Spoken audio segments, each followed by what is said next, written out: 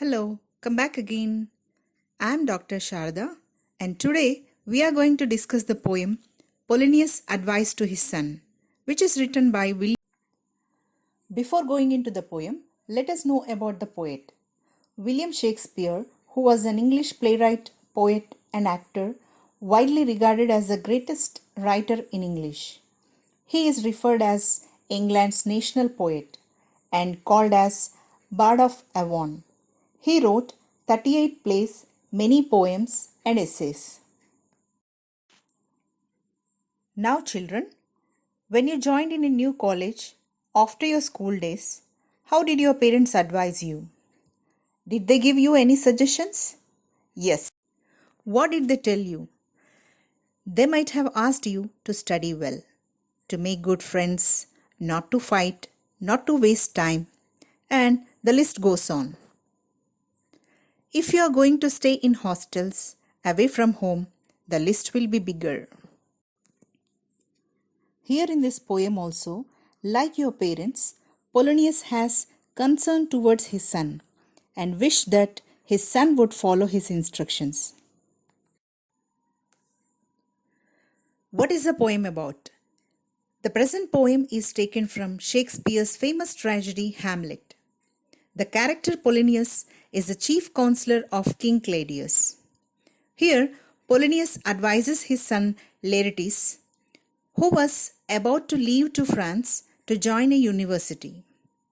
Polonius advises him to be simple, humble, and in a dignified manner, and bids him giving his blessings.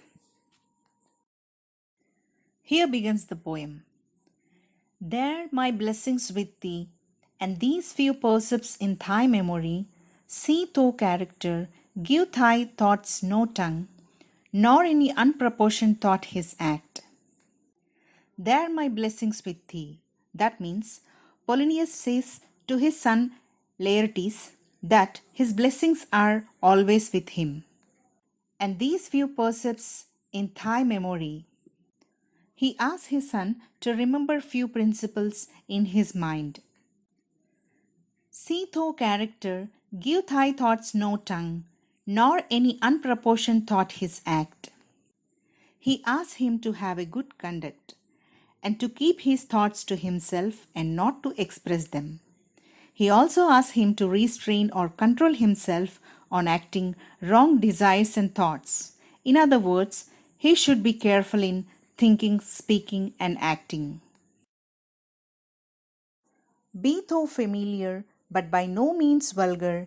Those friends thou hast, and their adoption tried, grapple them to thy soul with hopes of steel, but do not dull thy palm with the entertainment of each new hatched, unfledged comrade. Be thou familiar, but by no means vulgar. This means he should be friendly with all, but should have a good taste in selecting his friends.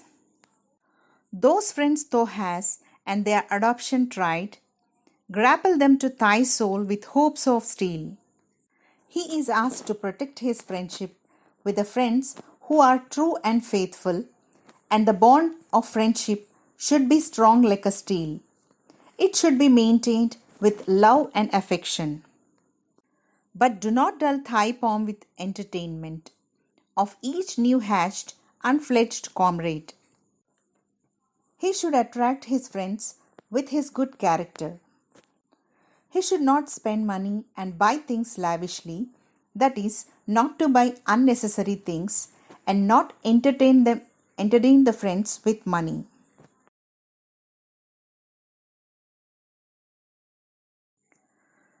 Beware of entrance to a quarrel, but being in, be errant that the opposed may beware of thee. Give every man thy ear, but few thy voice. Take each man's censure, but reserve thy judgment. Beware of entrance to a quarrel, but being in, be errant that the opposed may beware of thee. These lines means he is asking him to stay away from fights and arguments. In case, if it is unavoidable, he should be so strong, so bold that he should create a fear in the opponent. Give every man thy ear, but few thy voice. He is asked to listen to everyone with patience, but speak to very less. Take each man's censure, but reserve thy judgment. He should take everyone's suggestions and criticizes, but should be confined to his own decisions. Costly thy habits as thy purse can buy, but not expressed in fancy, rich not gaudy. For the apparel oft proclaims the man, and they in France of the best rank and station, or of a most select and generous chief in that. Costly thy habits as thy purse can buy. Polonius advised him that his habits should be according to his resources, but not expressed in fancy, rich, not gaudy, for the apparel oft proclaims the man. He asks his son to dress up rich, but it should be in a dignified manner, as he says that the appearance often tells about our personality. And they in France of the best rank and station, or of a most select and generous chief in that. He says that France is a land of culture and history, and our dressing should be according to it. It should not be in an odd manner.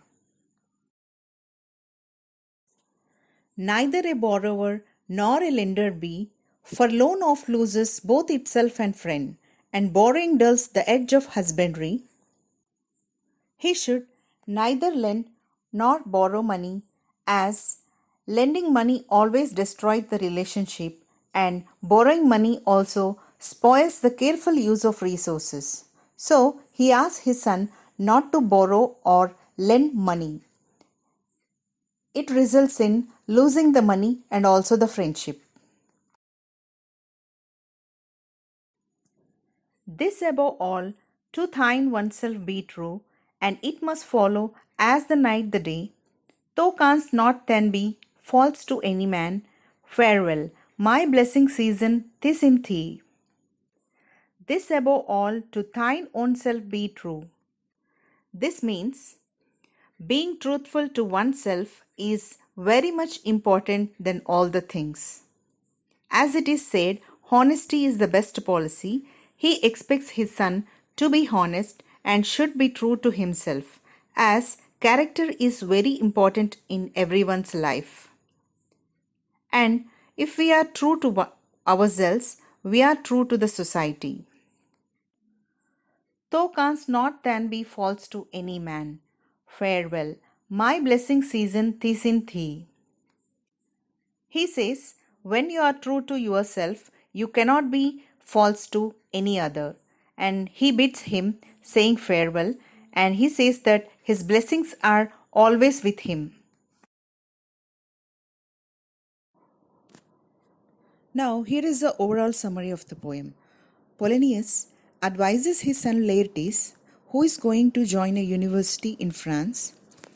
He gives a piece of advice to him. He is asking him to have a good character, to think, speak, and act carefully. He is asking him to be friendly, but choose friends wisely. He should make friendship with the people, those who are true and faithful. He is asking him to hold their friends with love and affection and not with money. He is asking him not to fight, but once enter in it, to be bold enough to face the opponent. He is asking him to listen more and speak less. And he should spend according to his purse. He can dress fancy, rich, but not odd, as the appearance reflects one's personality. He tells about the France, the country which he is going to, is the best rank and have good selection in such culture. He should neither borrow nor lend money, as it destroys both friendship and money. And the most important thing he advised is to be true to himself, so that he is true to everyone. And finally, he bids him, saying that his blessings are always with his son.